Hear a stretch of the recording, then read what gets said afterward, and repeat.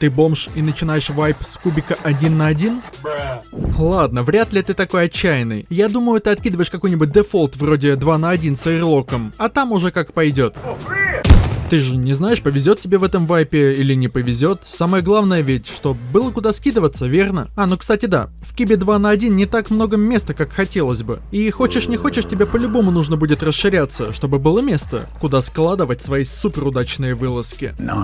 А это не всегда хочется делать. Так что же тогда? Хочется вот что-то такого, чтобы и строилось из говна и палок, и места для лута, чтобы было много. На ум сразу приходит 2 на 2. А чё там? 4 квадрата, которые можно полностью заставить ящиками и вообще себе ни в чем не отказывать. Ресурсов надо не так много. Даже со строительством париться не надо, ведь в любой момент можно добавить дополнительные стенки по бокам, и будет уже весьма затратно рейдить такой маленький домик. Но вы на канале GoodJoint. Я не буду вам показывать, как строится обычная кибитка 2 на 2. Я вам покажу, как строится самая имбовая кибитка для старта, которая снаружи выглядит просто как обычная печка, и в нее помещается столько ящиков, что проще вот такую картинку показать. Какая печная GoodJoint, 4 ракеты в крышу минус дом. Давайте проверим. 1, 2, 3, 4. И это еще не все, что есть в этом доме. Здесь есть абсолютно все. Кровать, электричество, отстрел на первые двери, даже бункер есть. А еще в магазине можно двушки продавать, чтобы потом эти же самые двушки забирать обратно. Ты хочешь сказать, а зачем сел, да? Потому что надо было брать. И снова продавать. А теперь давайте прогуляемся по дому. Ты обязательно ставь лайк на ролик, а я тебя охуенно сделаю, брат.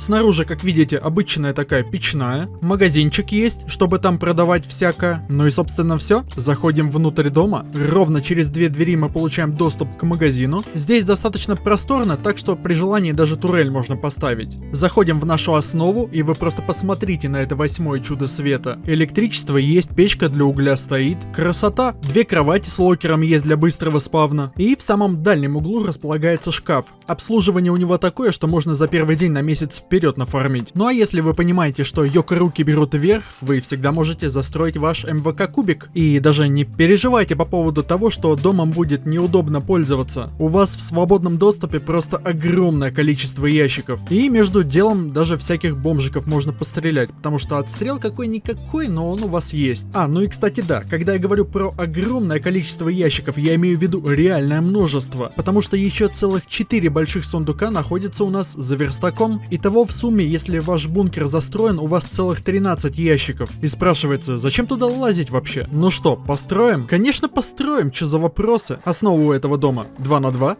естественно с буферками. Дальние 2 квадрата будут вашим, скажем так, мейном, поэтому их апаем в МВК. То, что в железе, это боковая лутка и подъем выше. Обратите внимание, что дверной проем к шкафу ставить нельзя. Там нужно оставить возможность ставить стенку. Это, если что, для бункера. Как вы, наверное, уже поняли, я улучшаю в конечный вариант, но так делать сразу не обязательно, это для вашего удобства. Поначалу можете делать все из камня, из дерева, из чего хотите. Далее, когда подкопили уже ресурсов, выходим и сразу справа начинаем делать еще одну дополнительную лутку. Эта лутовая у нас, если что, за окном. Да, кто-то скажет, что это окно можно использовать как первоначальный отстрел, но я искренне не рекомендую. Я несколько раз пробовал, мне не понравилось, поэтому сразу, как только у меня появляются ресурсы, я фулл ее застраиваю как надо. Далее, весьма важный момент. Не забудьте, что здесь у вас будущий отстрел на первые двери, а то еще поставите случайно целую стенку и все. Домик уже будет не такой имбовый. Есть несколько вариаций лутовой, которые здесь можно использовать, но я люблю самые вместительные. Вы все, наверное, знаете, что крыши в этой игре ставятся очень криво. Чтобы избавиться от любых проблем с постановкой, лучше делайте как я. Снизу они ставятся просто великолепно. И крыши, если что, ставим квадратные, не треугольные. Даже, казалось бы, в таком доме есть парочка весьма неочевидных моментов. Вы сможете поставить здесь крыши везде, но кроме одного момента. Вот чтобы здесь крышу поставить, нам нужно сделать небольшую пристройку. Но сразу все здесь застраивать я не рекомендую, чуть-чуть попозже объясню почему. И такими вот нехитрыми действиями у вас получается целый чердак. Не знаю, мне кажется, это очень атмосферно. При желании здесь даже дверьми можно все разграничить. Но, честно честно говоря, на данном этапе строительства я бы не стал этого делать. Почему? Да банально, потому что они будут просто торчать через крышу. И как бы люди будут сразу понимать, что у вас там что-то да есть. А что-то у вас здесь действительно будет, потому что здесь располагается сразу 5 больших ящиков. Небольшой совет от меня. Чтобы было удобно здесь лутаться, поставьте костер. По нему вы как по лесенке будете подниматься по сундукам. Также смотрите, помните, я вам говорил, что не рекомендую сразу застраивать вход. Я просто люблю всю эту тему с первоначальными отстрелами, поэтому если вы здесь поставите костер, можно будет всем этим делом полноценно пользоваться. А уже потом, когда настреляетесь, уже просто застроите и все. Кстати, я пока строил дом, такую крутую фишку в него запихнул, что увеличил стоимость рейда почти в 2 раза. Но об этом я расскажу уже ближе к концу. Всему свое время, как говорится. Кстати, это именно то место, куда я рекомендовал ставить турель в самом начале. Не факт, конечно, что вы до нее разовьетесь, но если у вас и получится, для нее здесь самое идеальное место. Двери ставим, чтобы они открывались друг на друга, чтобы был аэрлок. И вы просто представьте, вам двери снесли, а у вас здесь турель стоит. Ну не красота ли? А далее, когда уже у вас вход построен, просто по окантовке всего дома добавляем буферки. Как вы, наверное, уже поняли, в этом доме нет места для ветряка, значит остается использовать только солнечные панели, чтобы получать энергию. Если кто-то не знает, то солнечные панели просто великолепно ставятся на обычную землю, поэтому парочку штук возле дома накидаете и достаточно будет. Если какой-то гнилой сосед захочет вам их сломать, он на это потратит очень много времени. Когда все стенки по окантовке у вас уже стоят, просто берем в руки треугольные крыши и устанавливаем. Единственное, с чем может возникнуть проблема, это с улучшением. Поэтому, если не будет получаться их улучшить снизу, то попросите тиммейта или сделайте пристройку в конце концов. И вот на этом этапе уже можно на чердаке ставить двери, потому что они будут не видны. Казалось бы все, но помните, я вам говорил про имбовую фишку, которую я покажу в конце? Мне показалось, она здесь максимально уместна. Так называемый пиксель гэп, нычка в полу, называйте как хотите. Туда можно положить 2 больших ящика и 1 маленький. Порезом сделать это дело вообще недорого, а поэтапное строительство, которое я показывал в начале, оно вообще не нарушает. Вот смотрите, в том углу у вас шкаф, здесь у вас дверь, а вот от низкого фундамента мы должны поставить 5 треугольников в бок, после чего треугольники мы сносим, и точно таким же движением, как это делаю я, вам нужно поставить фундамент. Здесь главное все делать именно так, как делаю я на видео, вплоть до того, что даже камере нужно те же движения делать. Ну, плюс-минус. Если у вас не получается, вы всегда можете по любым вопросам обратиться в мой Discord, там уже 7000 человек, которые интересуются строительством в Расте, поэтому тебе там по-любому помогут. Ну или я помогу, ссылка в закрепе. Ну и теперь давайте здесь все сделаем, как будто бы у нас прям реальный дом. И давайте проверим, что у меня точно все работает. Для поиска центра экрана можно использовать, например, лук или любую пушку. Лайк, подписка,